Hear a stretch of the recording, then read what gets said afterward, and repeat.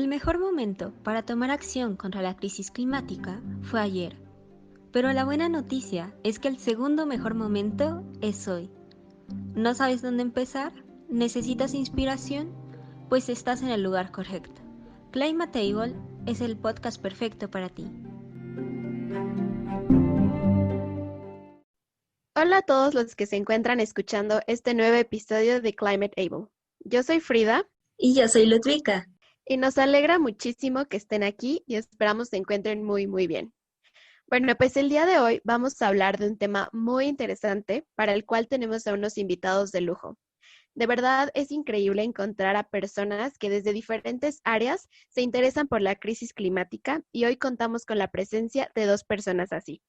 Ludwig, ¿por qué no nos presentas a nuestros invitados? Por supuesto. Primero contamos con Jorge Martínez, ingeniero por la Universidad de Pensilvania con especialidad en energía y sustentabilidad, punto focal para América Latina y el Caribe del ODS 7 para el Grupo Mayor para Niños y Jóvenes de la ONU, fundador de Comunidad 4.0 y miembro de Fridays for Future y Citizens Climate Lobby. David Marañón Campi, conocido únicamente como Campi, es estudiante de Derecho y Ciencia Política en el TEC de Monterrey, Campus Puebla. Actualmente cursa séptimo semestre con concentración en Gobierno y Transformación Pública. Es miembro de la Sociedad Internacional de Honores Phi Delta Phi, Vice Magister del capítulo Andre Harrieu y director del Departamento Legal de Urbano MX. Bienvenidos, chicos. Agradecemos mucho que estén aquí. A todos los que nos escuchan, quiero que por favor recuerden algo súper importante. Para abarcar el tema de la crisis climática, debemos englobar diferentes enfoques, y pues hoy nos vemos inmersos en un poco de política y sociedad. Contextualicemos un poco. Como seguramente ya saben todos ustedes, el pasado 3 de noviembre se llevaron a cabo las elecciones en Estados Unidos y ahora ya sabemos que Joe Biden será el nuevo presidente de este país, que, por si no sabían, actualmente es el segundo mayor emisor de gases de efecto invernadero en el mundo, justo detrás de China.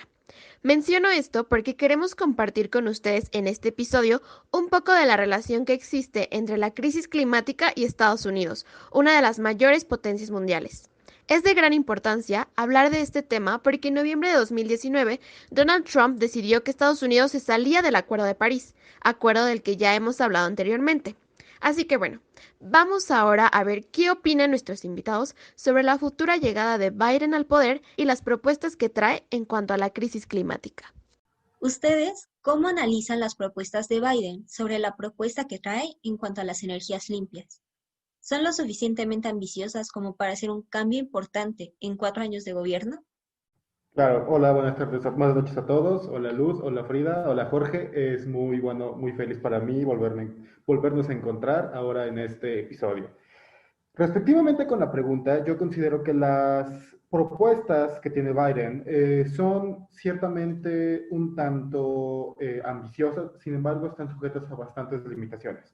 En primer lugar, tenemos que decir que Biden ha nombrado a toda esta estrategia energética como la revolución de la energía limpia. Biden con esto trata de atraer a todos aquellos ecologistas y amantes del medio ambiente presentes en el Partido Demócrata y fuera del mismo, y que están seriamente enojados con la política que ha manejado Donald Trump.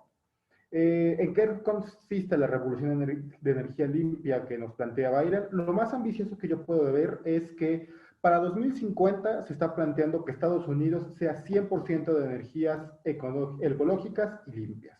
Esto significaría que Estados Unidos, que es el país que expulsa el 15% de las emisiones de dióxido de carbono, el segundo después de la República Popular China, desaparezcan todas esas emisiones, lo cual sería algo genial. Sin embargo, aquí también encontramos varios puntos que me gustaría analizar un poco. En primer lugar, se está planeando una inversión enorme. En un momento se mencionan 7.1 trillones de dólares. Dentro de la misma página de la campaña de Biden luego se cambia a 1.7 trillones de dólares, que luego subirían a 5 trillones, pero de ambas formas. Como mínimo es 1 trillón de dólares. No sé qué harían ustedes con 1 trillón de dólares, pero yo me retiraría completamente y viviría feliz. Pero es un montón de dinero al final del día y representa mucho más de lo que se gastó en la administración Obama y naturalmente de lo que se gastó en la administración Trump. Lo que más plantea Biden igualmente para cumplir con esta revolución de la energía limpia es que para entre estos primeros 4 años, que sería pues, el primer término de Biden, suponiendo que se vaya a reelegir, se tenga ya un plan hecho por el gobierno federal y por el Congreso de los Estados Unidos para poder llegar a una estrategia conjunta para este plan que se tiene a 2050. Esto significa que básicamente estos primeros 4 años, Biden y el Congreso, específicamente los demócratas en el Congreso, lo van a usar para planear esa estrategia. Por supuesto que Biden ya nos viene a presentar algunas estrategias que vienen siendo la reducción de la emisión de dióxido de gases de efecto invernadero, y esto viene sobre todo en el sector automovilístico. Planean duplicar, así como lo hicieron con la administración Obama, la eficiencia de los motores que se producen en Estados Unidos para así depender un poco menos de la gasolina. Ahorita vamos a ese punto que es un poco truculento porque no es del todo cierto. Y también mejorar el transporte público en los Estados Unidos, que al final del día termina siendo un punto muy decisivo, puesto que muchos norteamericanos se transportan en él. También propone que Estados Unidos se vuelva un productor de tecnología y de utensilios de energías limpias. ¿Qué significa esto? Que las fábricas de los Estados Unidos van a producir elementos para energía eólica, energía solar. Esto, según Biden, traerá 10 millones de empleos a los Estados Unidos, lo cual sería fantástico para los norteamericanos y de hecho competiría de lleno con la política de Donald Trump de cierra todo en China, en México, en Europa, en Asia, tráelos para acá y yo veo cómo le hago, que funcionó más o menos, es uno de los puntos fuertes de la campaña de Donald Trump y dentro de los 4 años de Trump, pero 10 millones de empleos por eso terminaría siendo bastante ambicioso también.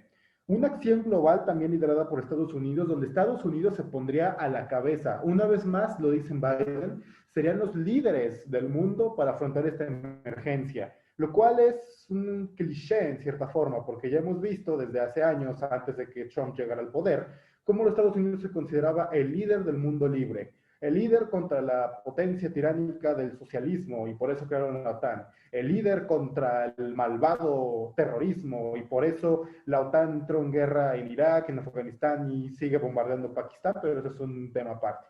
Ahora Biden quiere liderar al mundo en esto, cuando Europa ya ha empezado a tener bastante liderazgo de esto, cuando países de Latinoamérica incluso han empezado a formular ciertas políticas y cierto debate en el cual ha sido relevante para el mundo. Incluso la India y China han querido liderar un poco de esto, pero Estados Unidos con Joe Biden ya dijo, ¿sabes qué? Nosotros vamos a liderar. ¿Por qué digo que tengo opiniones divididas en esto? Que es lo que regreso al primer punto. Joe Biden no es muy diferente a Donald Trump. Quiero que quedemos en claro. Su política ambiental es ambiciosa y existente.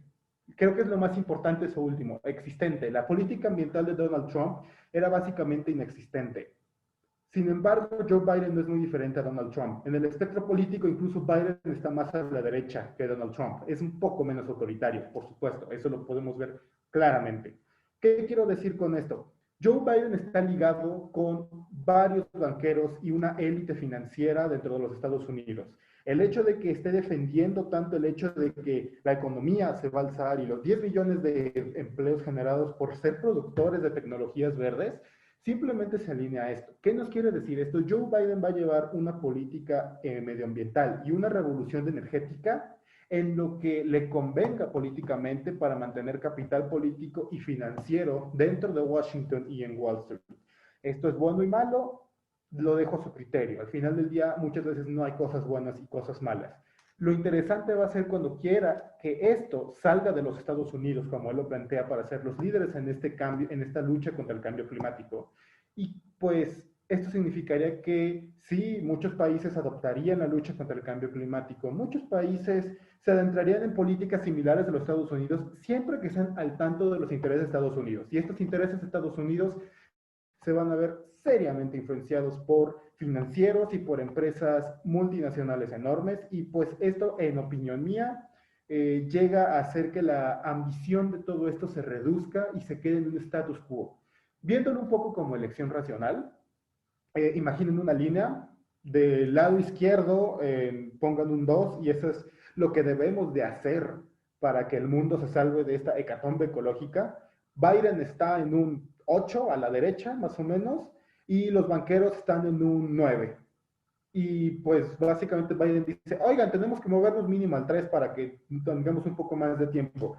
Los banqueros dicen, ¿y sabes qué? ¿Un 3? Yo creo que no, yo creo que nos vamos a quedar en un 5. ¿Qué te parece? No, no lo voy a hacer, vámonos al 3. Ah, no, pues entonces no, ponnos múltanos si quieres. Mientras nos multes vamos a dejar de impulsar la economía, nos vamos a ir a otros lugares. China tiene todavía políticas ahí medio abiertas, así que pues tú decides, pierdes empleos y todo eso. Así que Biden, tanto por preferencia personal como por capital político, no va a ser totalmente ambicioso como podría ser haber sido otro candidato dentro del Partido Demócrata, pero pues eso es lo que yo puedo ver. Es ambicioso, sí.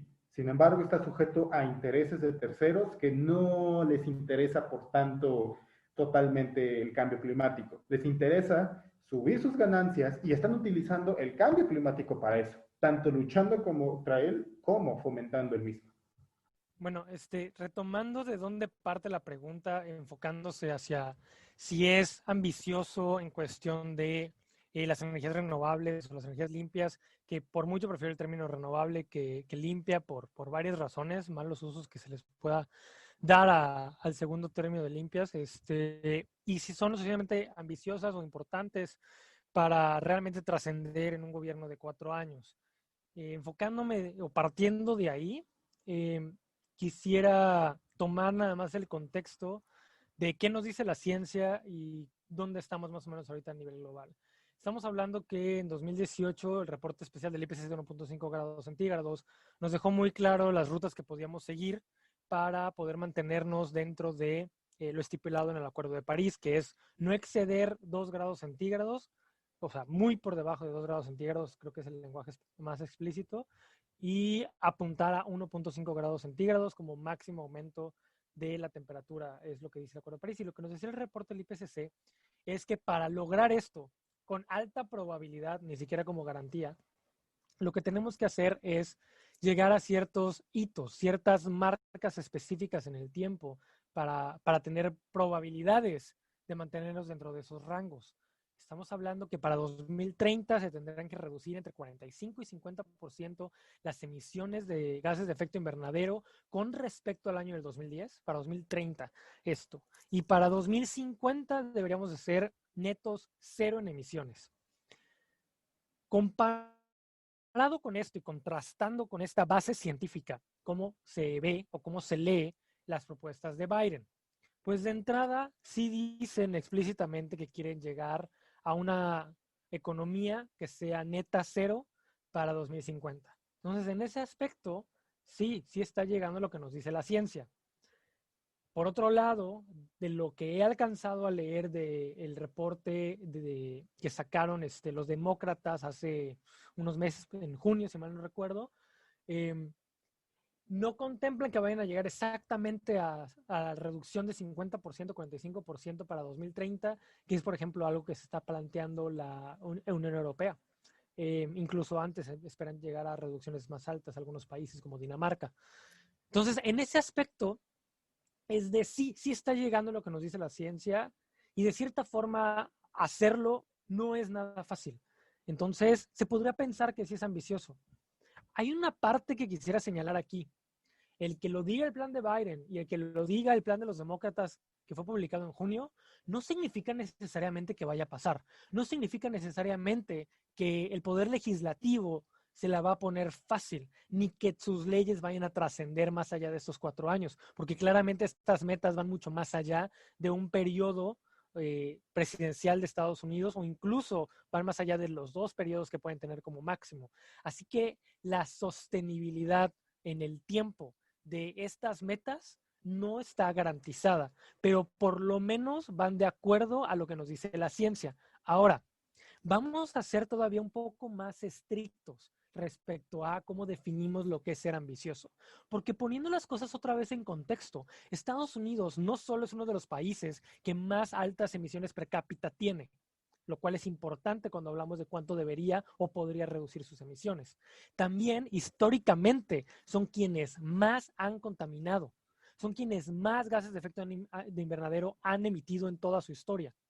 Por lo tanto, muchos argumentarían, con justa razón, que Estados Unidos debería de hacer más que simplemente apuntarle a lo que dice la ciencia y que eso sería su mínimo de lo que deberían de estar haciendo. Por otro lado, la calidad de vida en Estados Unidos y el nivel de desarrollo, por no decir el exceso de consumo, de Estados Unidos es muy alto. Es muy alto comparado con la media global. Por lo tanto, también tienen cierto deber moral y obligación de hacer más, de ir más allá, de hacer el extra. Mencionaba Dinamarca anteriormente. Dinamarca llegó a la cumbre de acción climática diciendo vamos a reducir emisiones hasta un 70% para 2030 con respecto a niveles de 2010. Ok, eso sí es ambicioso, eso sí excede el mínimo que nos dice la ciencia, que nos daría buenas probabilidades.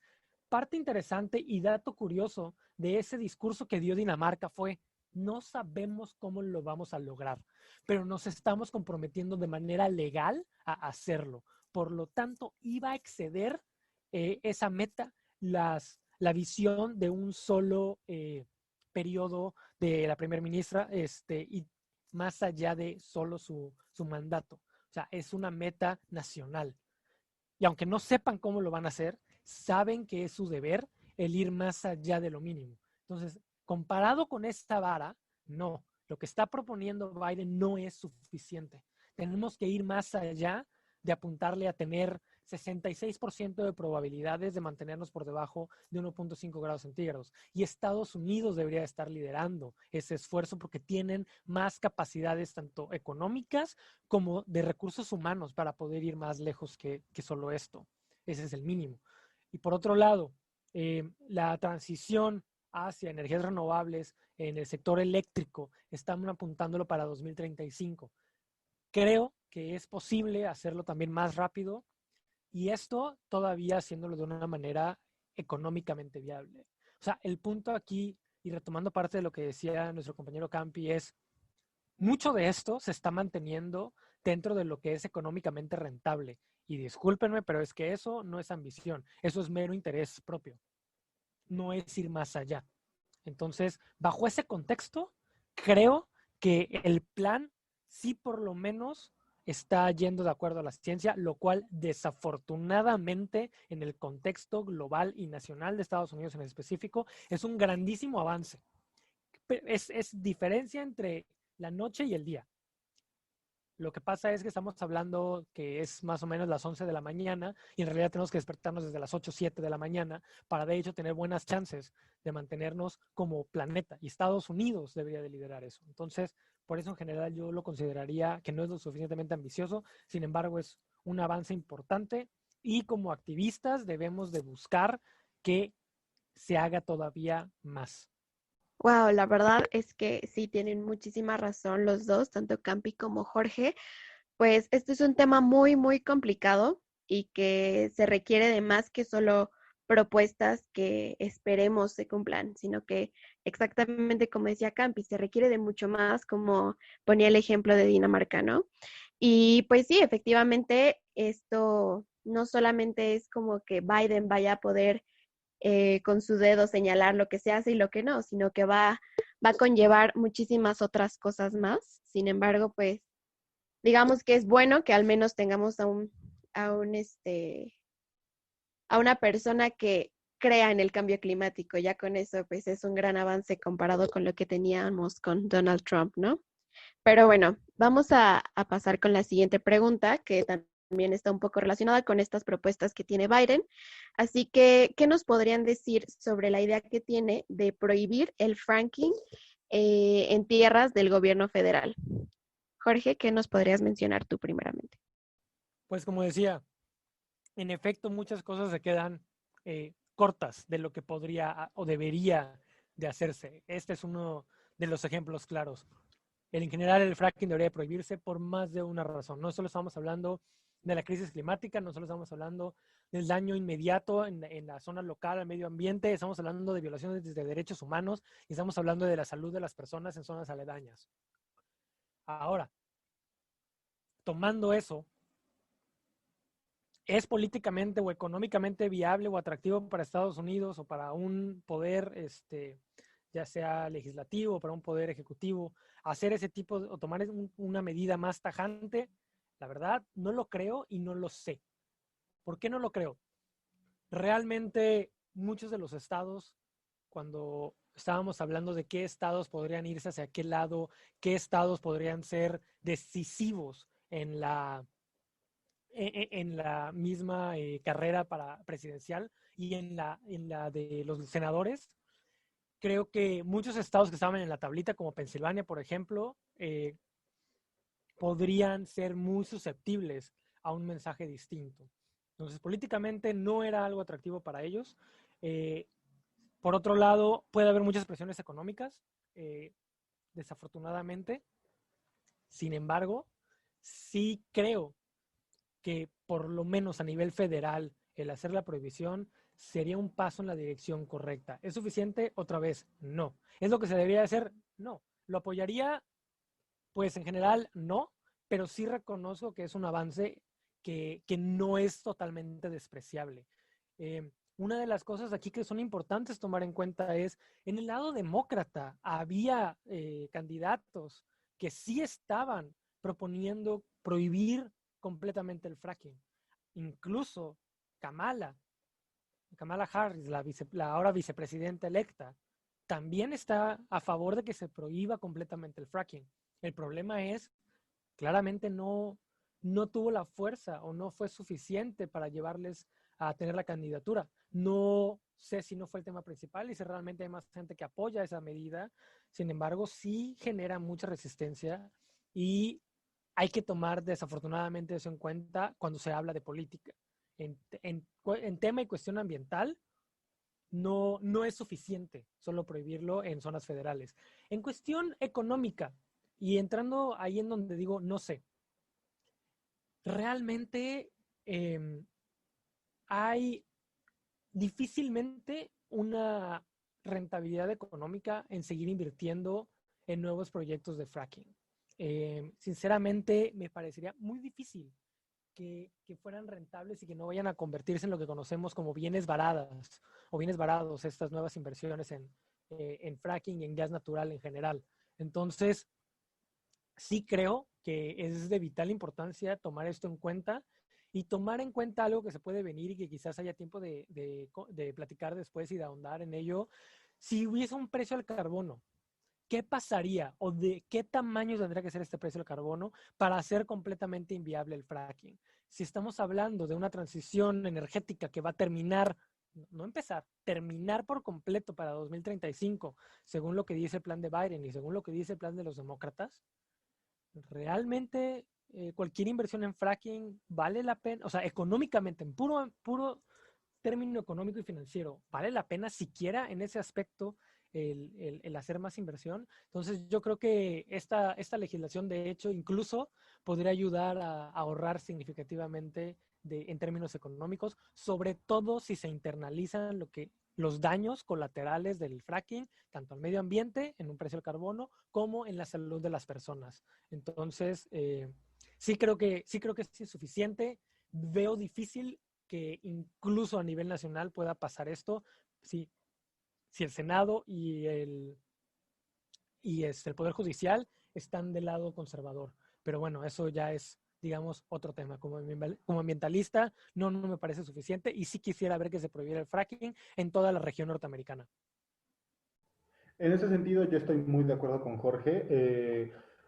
El prohibirlo en el territorio federal, que tenga el gobierno federal en todos los estados, es algo, pues, es un inicio. Sin embargo, no es lo suficiente. Para poner rápido en contexto, los Estados Unidos de Norteamérica, de república presidencialista, eso no nos importa en este momento, dividida en 50 estados. Cada estado es un ente autónomo que toma sus decisiones, que tiene un ejecutivo que es el gobernador, que tiene su legislativo, que allá es un congreso, que es un senado local y una cámara de diputados local, con excepción de Nebraska, pero eso ya es un punto y aparte. Y territorialmente, los estados principalmente es el gobierno local, los del gobierno de los estados, el del gobernador, el que controla el territorio. Hay territorios que son propiedad del gobierno federal. ¿Por qué? Razones que principalmente yo ignoro. Sin embargo, aquí tenemos que encontrar algo muy interesante. La tierra propiedad del gobierno federal es mayor en estados que ya de por sí están en contra del fracking o donde de plano no vale la pena hacer fracking porque no vas a sacar nada. Se busca gas natural y en esos estados no hay gas natural. ¿Dónde sí hay gas natural? En los estados donde hay una mayoría republicana. Unos estados que están muy a favor del uso del fracking. ¿Por qué? Porque facilita procesos, porque es más gas natural, porque es más barato, razones muy diversas.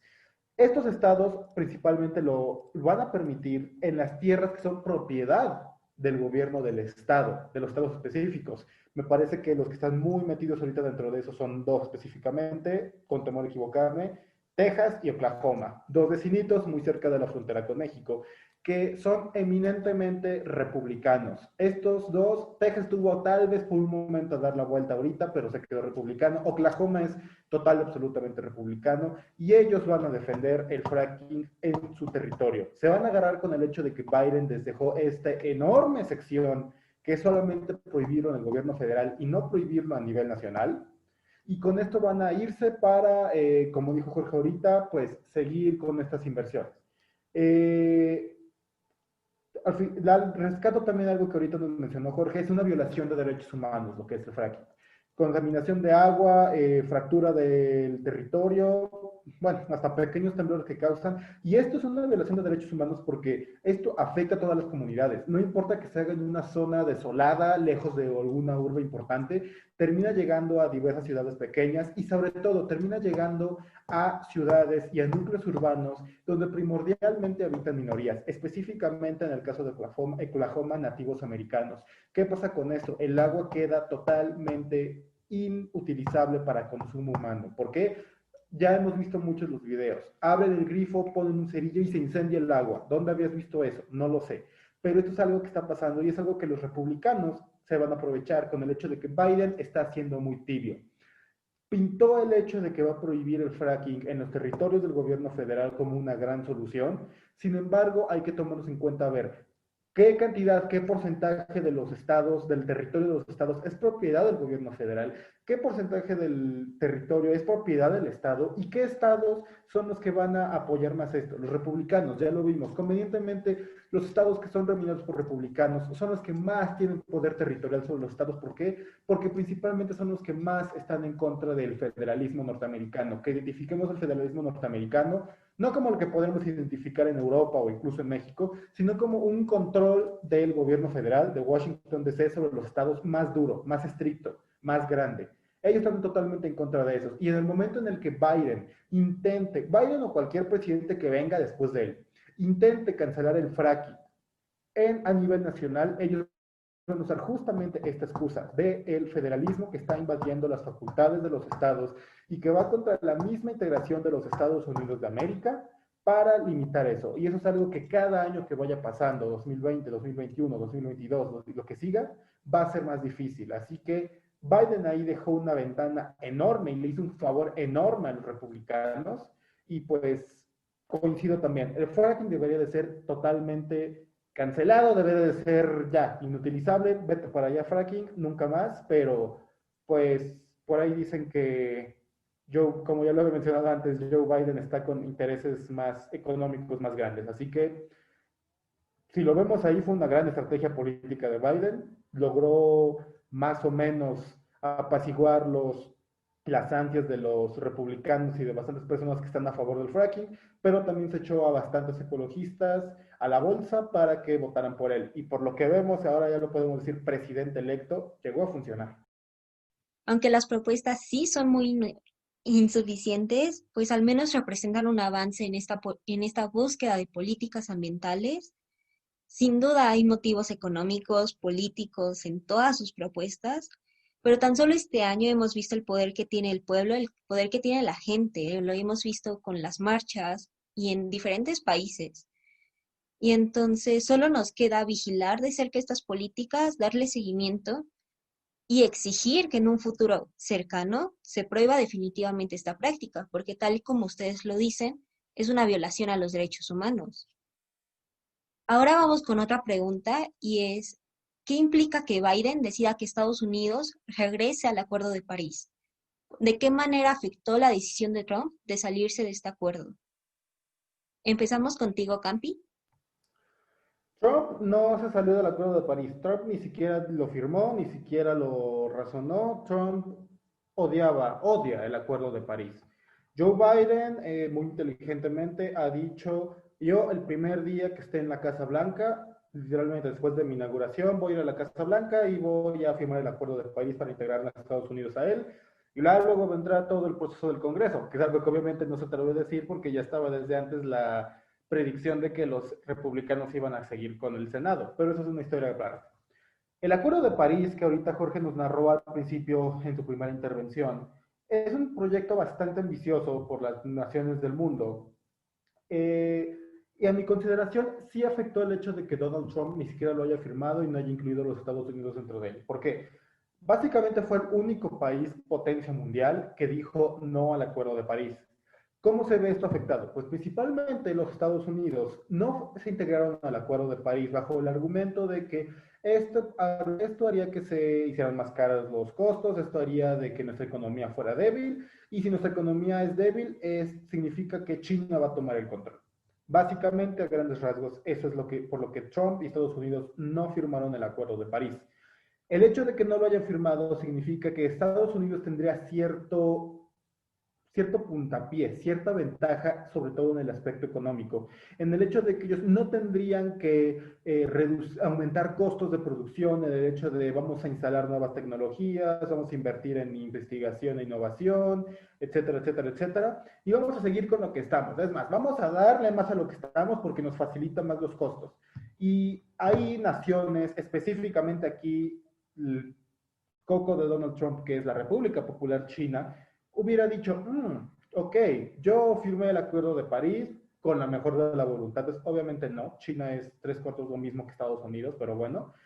Y Estados Unidos no lo va a hacer. Ok, yo lo firmé, pero voy a tardarme mi tiempo, mientras tal vez voy investigando alguna innovación, algún cambio para instalarlo más rápido. Yo quedé bien, pero sigo contaminando lo mismo, sigo teniendo los mismos costos de producción, sigue la economía mundial dependiendo de mí, y muchos otros países, India, por ejemplo, incluso países europeos, dirían lo mismo. ¿Por qué? Porque los Estados Unidos no lo está haciendo. Al final del día, si bien es el segundo emisor de gases de efecto invernadero a nivel mundial, sigue siendo la primera economía del mundo. Y eso también nos trae con algo. Es el líder de un bloque, que es el bloque occidental, que es el bloque, podemos decirlo, económicamente más grande y que tiene más países que contaminan.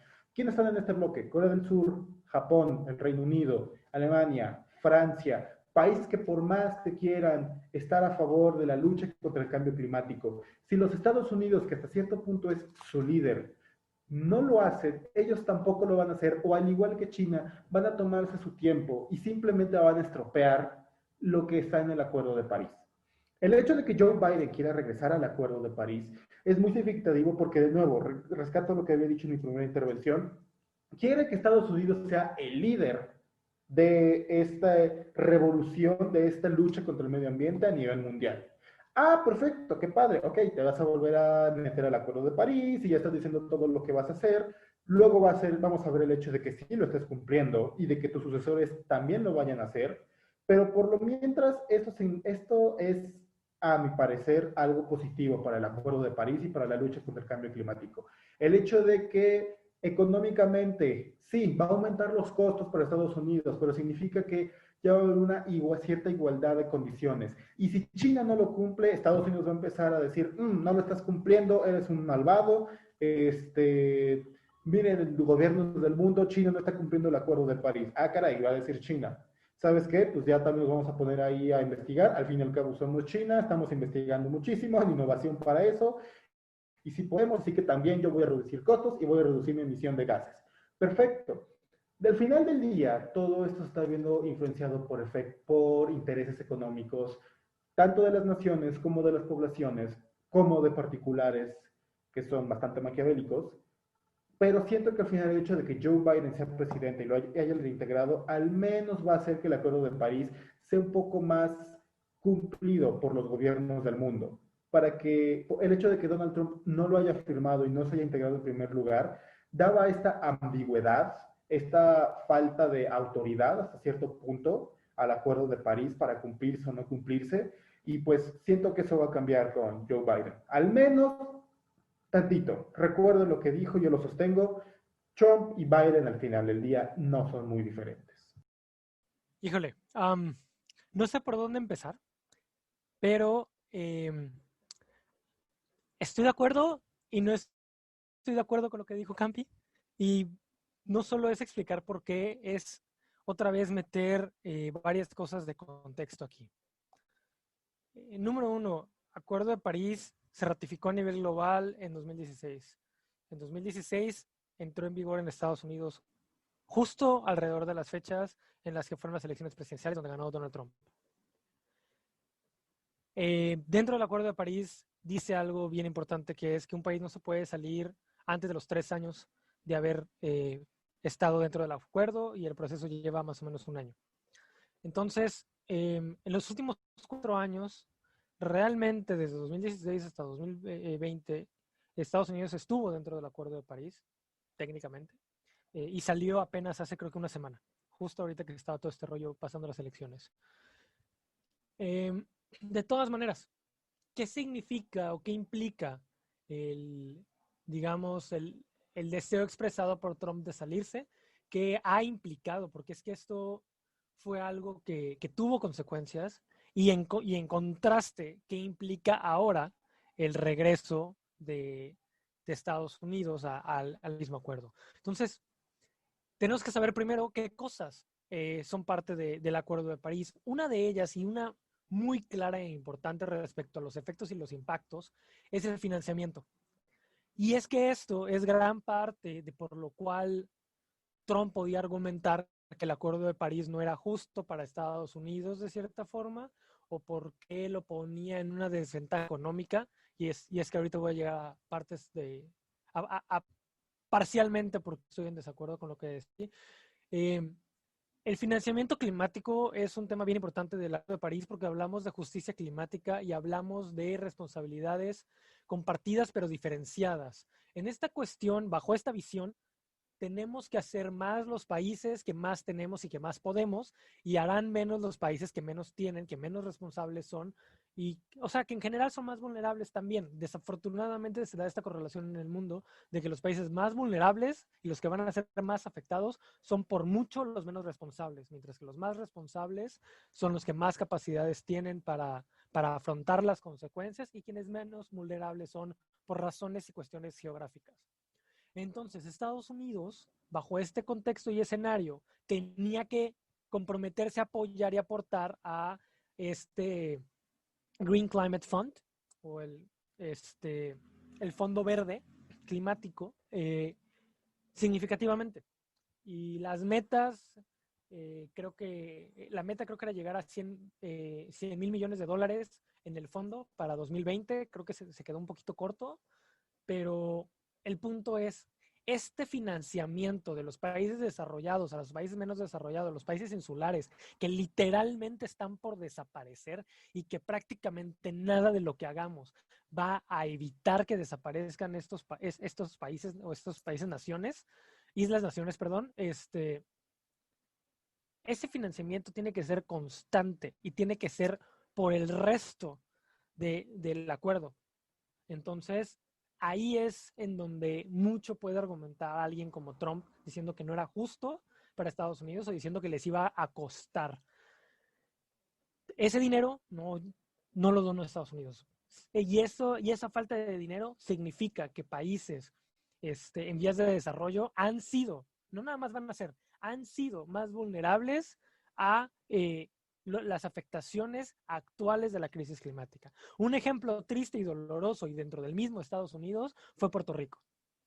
Puerto Rico sigue todavía tratando de reconstruirse después del huracán, que, bueno, creo que fue uno y luego otro, pero fue un huracán en específico el que más daño hizo. Siguen recuperándose porque no hubo financiamiento, porque no hubo las medidas ni de prevención ni las medidas después del hecho. Y esto lo estamos viendo alrededor del mundo, no es nada más allí. Entonces, la falta de ese dinero ya ha tenido efectos. Y al mismo tiempo, parte de lo que mencionaba Campi, de ser un líder, de ser la economía global más poderosa de cierta forma, también significa que lo que haga o no haga tiene un efecto multiplicador. Y entonces aquí es donde empezamos a hablar de geopolítica. ¿Qué significa que Estados Unidos se salga, por ejemplo, de la OMS, de la Organización Mundial de la Salud, y que deje de donar? ¿Qué significa que Estados Unidos haya dejado de financiar para para eso durante tantos años. ¿Qué significa que Estados Unidos a nivel federal niegue la crisis climática y no tenga metas? Significa que el resto de países dice, entonces yo ¿por qué haría más? ¿O por qué lo voy a hacer yo? O entonces no se va a hacer nada, entonces veo nada más para mí mismo también. Y eso ha frenado mucho la ambición a nivel global. Eso es una de las consecuencias de las problemáticas que ha habido. Prácticamente perdimos 4 años muy importantes y hubo dificultades muy, muy significativas durante las negociaciones climáticas, las COP, por Estados Unidos. Digo, no fue el único, también Australia, China, a veces Arabia Saudita, a veces Japón, ponían sus frenos y los puntapiés por aquí y por allá. Pero Estados Unidos, teniendo la posición que tiene, era muy, muy influyente en lo que pasaba y no pasaba. Sobre todo en la región México, Canadá, Estados Unidos, pues claro que va a tener mucha influencia en lo que se hace y no se hace. Y yo que tuve la oportunidad de estar en la COP25 en Madrid, les puedo decir, realmente las negociaciones no pudieron avanzar más por países como Estados Unidos, Brasil y Australia principalmente.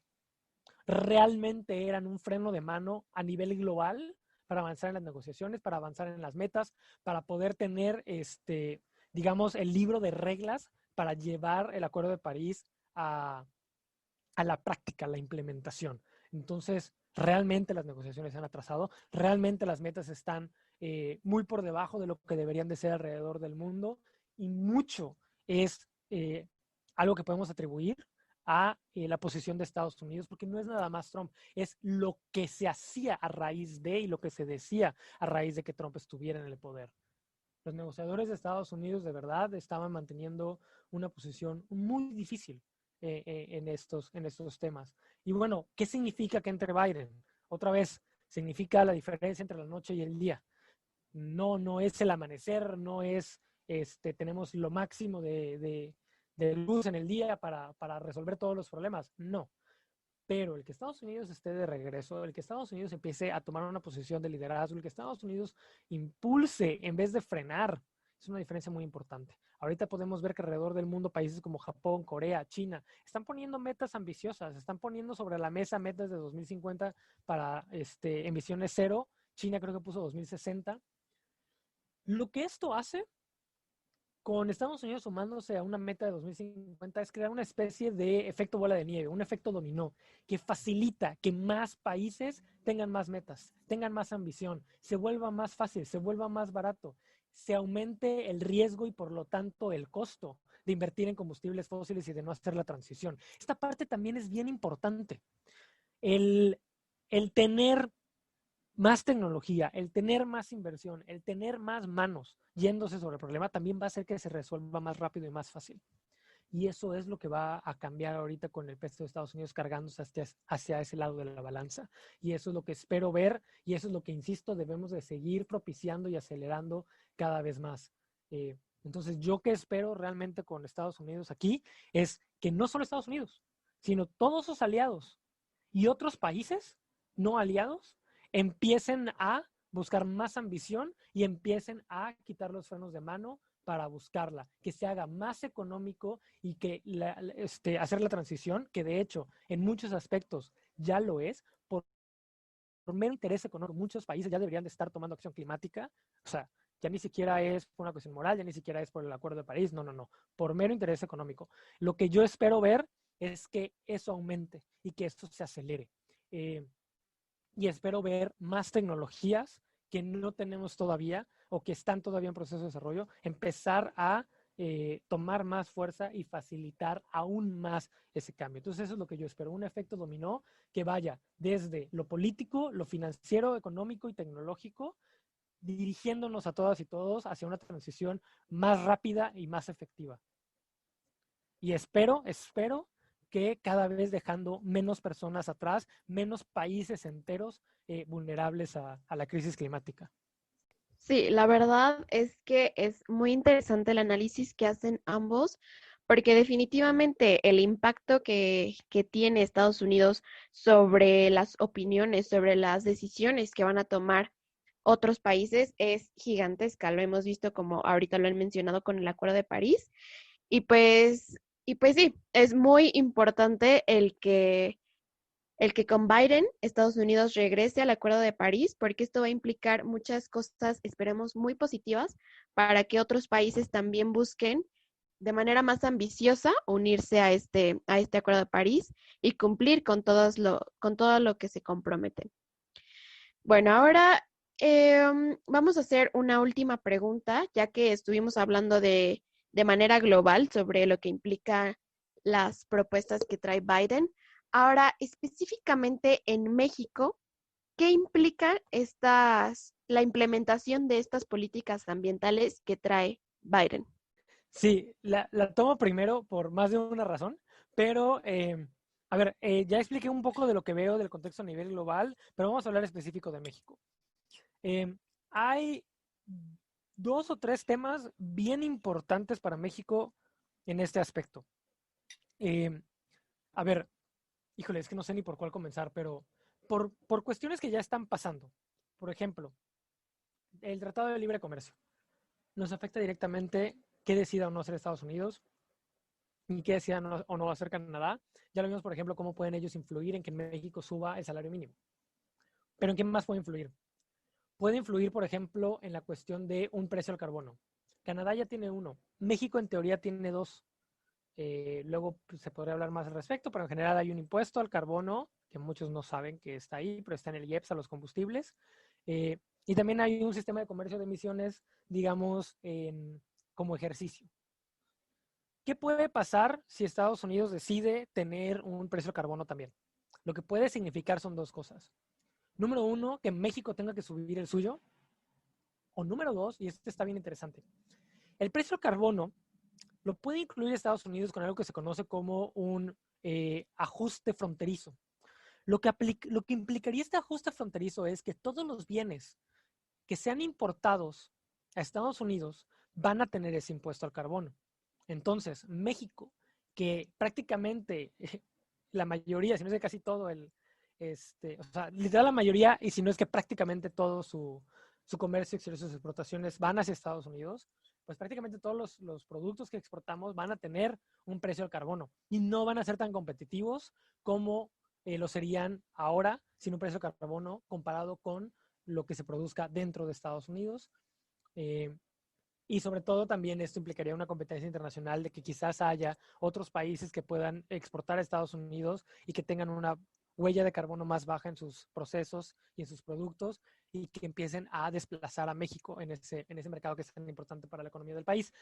Entonces, el precio del carbono con un ajuste fronterizo o uno que esté homogeneizado en la región de Norteamérica significaría muchísimo para la economía de México. Tendría un impacto muy grande.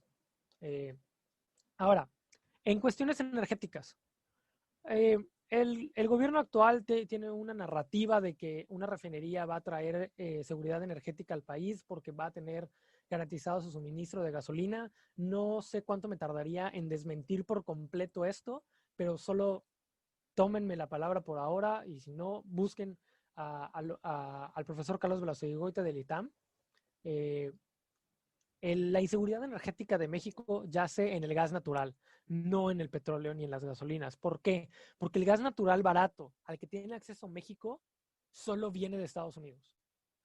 Si hay una disrupción de la entrada de gas natural al país, porque Estados Unidos dejó de invertir, subsidiar o de, digamos, promover de alguna manera u otra, o incluso llega a prohibir nueva infraestructura relacionada con los combustibles fósiles y deja de apoyar tanto el gas natural, México tendrá un problema muy fuerte para cubrir sus necesidades energéticas, tanto para generar electricidad como para generar calor en la industria y a veces también en las casas. Es un porcentaje no despreciable de los usos del gas natural en el país.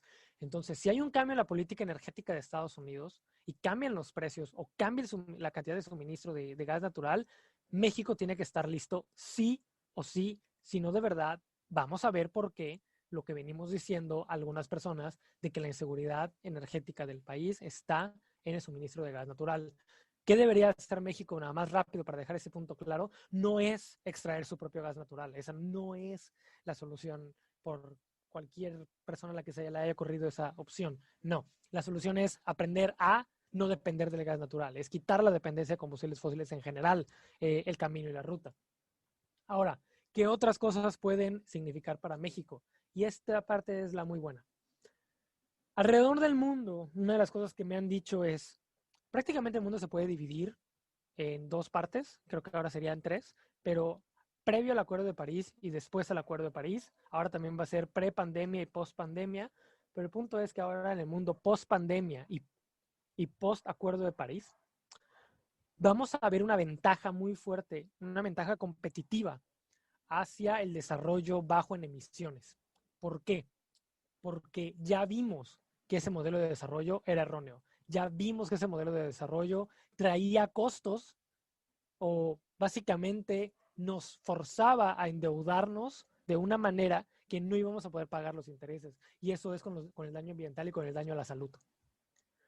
Esta aceleración de la transición implica cambio a vehículos eléctricos, que por ejemplo México exporta muchos vehículos a Estados Unidos, implica un cambio de lo que se va a tener que generar para generar energía, o sea, lo que se va a construir, los productos como los paneles solares o como las turbinas eólicas que se van a tener que construir. Si México quiere seguir siendo competitivo y si México quiere realmente estar, no solo en el Tratado de Libre Comercio, en el Acuerdo de París, lo que sea, estar de cierta forma en línea con los cambios que se están dando a nivel global y no quedarse atrás y no quedarse 10, 20, 30 años atrás en muchos aspectos, tiene que acelerar esa transición también y tiene que ser de la mano con sus aliados comerciales más importantes.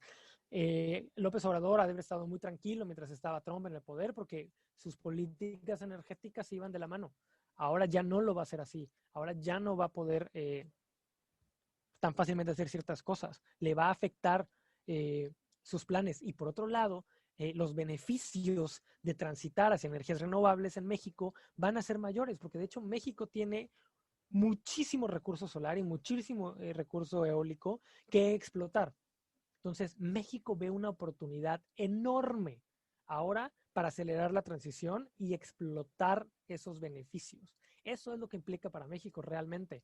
Un potencial costo muy grande de atrasarse y de quedarse fuera y de ver inseguridad energética y de ver perder su mercado de exportación por excelencia a la alternativa de tener una excelente oportunidad de exportar energía eléctrica barata y de exportar vehículos eléctricos y todas las tecnologías relacionadas con esta electrificación a Estados Unidos. Eso es lo que implica, en resumen, para el país. Y con eso, pues creo que termino mi intervención de hoy. Yo de mi parte, dentro de México ahorita tenemos una política ambiental igualmente muy inexistente, lo cual es lamentable porque en años anteriores se luchó bastante por parte de activistas y por parte de legisladores para tener un marco jurídico en el cual se protegía al medio ambiente en diversas formas. ¿Por qué? Protegiendo el derecho al medio ambiente que tenemos todos los mexicanos.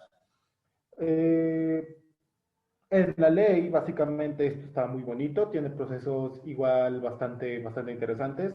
En la realidad, esto es básicamente inexistente. Hace unas 2 semanas, de hecho me parece que fue, unos legisladores de Estados Unidos enviaron al presidente Trump una carta acusando básicamente a México sobre algunas prácticas que estaba teniendo en materia justamente energética, en el hecho de que estaba dándole demasiados privilegios a Pemex y a la CFE, y que no estaba fomentando el espíritu del nuevo tratado de Norteamérica, el TEMEC, en materia de libre comercio. Esta declaración al final del día no tuvo bastante impacto porque fueron muy pocos legisladores, algo así como 6 senadores y algunos representantes, y aparte se envió hace 2 semanas cuando al mundo le interesaba saber sobre las elecciones. No le importaba nada al mundo sobre esa carta, y dicho y hecho, apenas en unas noticias y nunca más se volvió a tocar el tema. ¿Por qué lo tomo? Ya existe con este el precedente de que legisladores norteamericanos están enojados por cómo México, específicamente la administración del gobierno de López Obrador, está tomando acciones dentro de Pemex, dentro de la CFE. Ellos se sentaban en materia energética, sobre todo en materia de libre mercado, y como México no lo está siguiendo. Sin embargo, ahora lo que está pasando es que ha llegado a la Casa Blanca un representante, un demócrata, Joe Biden, el cual está más interesado en el medio ambiente y el cual ya ha expresado con anterioridad su preocupación, así como su vicepresidenta, sobre las políticas laborales y medioambientales que tiene México. Recordemos que este fue un punto de inflexión bastante interesante dentro de la negociación que hubo en el TEMEC hace unos años, y que esto casi estuvo a punto de hacer que México lo expulsara, ni siquiera se saliera, lo expulsaran del TEMEC. ¿Esto qué quiere decir? Jorge lo dijo ahorita de una manera muy acertada. La política ambiental de Trump y de López Obrador era básicamente similar. Por eso, con todo lo que está pasando del Tren Maya, con tala de manglares, con Dos Bocas, a ellos no le importaban, porque al final del día iban con su línea, seguían el hilo conductor que Trump había puesto. Ahora Biden llega y, oye, ¿por qué estás haciendo esto? No estás cuidando tu emisión de carbones. CFE está produciendo electricidad otra vez quemando cantidades atmosféricas de carbón. Pemex está extrayendo petróleo y lo está refinando para que tú lo uses, lo está mandando a nosotros para que lo refines, para que tú lo uses, pero aparte de eso, no estás cuidando tus emisiones con tus carros, estás talando bastantes árboles, vas a destruir una selva con un tren. Y aparte, no estás siguiendo el espíritu del TEMEC y no estás fomentando el libre mercado porque le estás dando todo el control a Pemex, a CFE, que son paraestatales, y estás dando el control del Tren Maya al ejército. O sea, no, ¿por qué? ¿Por qué lo estás haciendo? En este momento tenemos a alguien en la Casa Blanca, no solamente que tiene una política medioambiental totalmente diferente a la de López Obrador, sino que también tiene un interés económico más grande, y en este momento esos dos van a ser el coco de Andrés Manuel López Obrador. ¿Por qué lo digo? Medioambientalmente, Biden y Kamala Harris van a, como ya se dijo antes, van a querer liderar al mundo. Y liderar no solamente significa así de, sí, hermanos, vamos todos a hacer políticas y vamos a reducir nuestras emisiones. Claro que sí, amigos. No, liderar también significa, si no haces lo que yo te digo en el eje que yo te digo, van a venir sanciones económicas, van a venir otro tipo de sanciones, no voy a comerciar tanto contigo y a ver quién aguanta más. Si yo no teniéndote en mi grupo o tú perdiendo dinero enorme, sobre todo cuando eres un país como México, cuyo el 80% de sus exportaciones son para mí y yo, por el simple decisión de medio ambiente, puedo decir no entra. Eso es un tema súper preocupante que debe de ver Andrés Manuel López Obrador ahorita, y puede ser que haga que la política medioambiental de López Obrador cambie o en primer lugar sea existente, pero eso va a depender mucho. ¿Por qué? Porque Andrés Manuel López Obrador es muy defensor de la soberanía nacional y todo eso. Y interesante cómo maneja el soberanía nacional, pero ese ya es otro punto. Y aparte viene el otro punto que ahorita lo estuvo en la carta que enviaron los legisladores a Trump. No está siguiendo el espíritu del TEMEC y del libre mercado, está favoreciendo solamente a las empresas estatales. Y pues en este momento Biden tiene dos puntos muy buenos, que de hecho son mandatorios para nosotros, el cual son el Acuerdo de París, el cual nosotros firmamos y ratificamos, y además va a tener toda la presión económica de los Estados Unidos sobre él, y eso va a hacer que México tenga que tomar forzosamente acciones. Andrés Manuel López Obrador dijo, a mí me pagan los mexicanos, no me pagan, me parece que dijo Epson. Ok, sí, totalmente. Sin embargo, el salario que tienes en gran medida depende de las exportaciones que empresas mexicanas hacen a Estados Unidos, de las remesas que norteamericanos residentes en Estados Unidos envían aquí a México, y eso se puede ver afectado. Siempre es lo que temíamos en 2016. Trump va a ponerle impuesto a las remesas, Trump va a frenar el comercio con México, Trump va a hacernos pagar por un muro. Ok, tal vez Biden no quiere poner ese impuesto a las remesas, pero sí puede empezar a reducirlas un poco si es que México no acepta aspectos medioambientales. Biden no va a detener el comercio con México, pero va a poner incluso aranceles más altos en reciprocidad por lo que Andrés Manuel está haciendo, porque no están siguiendo factores medioambientales ni el Tratado de Libre Comercio. Es una Lo que quiero decir es que el hecho de que Joe Biden sea presidente electo y vaya a ser presidente de los Estados Unidos, indudablemente significa que Andrés Manuel López Obrador y el que venga después de Andrés Manuel López Obrador tiene que cambiar su política medioambiental en fin de proteger la economía. Siniestramente ese va a ser el fin del propósito del actual y el próximo presidente de México. Así que ese es el punto que tengo dentro de esta relación que tenemos con Estados Unidos, para bien o para mal existe. Para mal por el hecho de que México va a tener que ceder bastante, tal vez no México, pero sí el gobierno de México, para bien por el hecho de que posiblemente empecemos a ver que ya se cumplen las regulaciones, tanto nacionales como aquellas que se están proponiendo a nivel internacional para la protección del medio ambiente. Gracias, Campi. De verdad que sí, tienen mucha razón, tanto tú como Jorge. Pues sí va a tener muchas ventajas las propuestas que trae Biden con relación a las propuestas inexistentes de López Obrador en cuanto al medio ambiente. Esperemos que de verdad todo vaya por un buen camino, pues hemos visto el gran impacto que tiene Estados Unidos en el mundo entero y pues específicamente con nosotros, con México. Entonces, esperemos que AMLO logre cambiar un poco su perspectiva sobre el tema medioambiental para que pues dé oportunidad a que podamos transitar de esta economía que tenemos hacia una más limpia, una más, pues sí, una economía que nosotros tenemos tantas formas de aprovecharla sin contaminar, que bueno, pues esperemos que sí se llegue a lograr esa transición. Y pues sí, nosotros como ciudadanos debemos mantenernos muy atentos a lo que decida hacer López Obrador, porque pues nosotros podemos hacer un gran cambio al exigirle a todas las autoridades lo que deben hacer.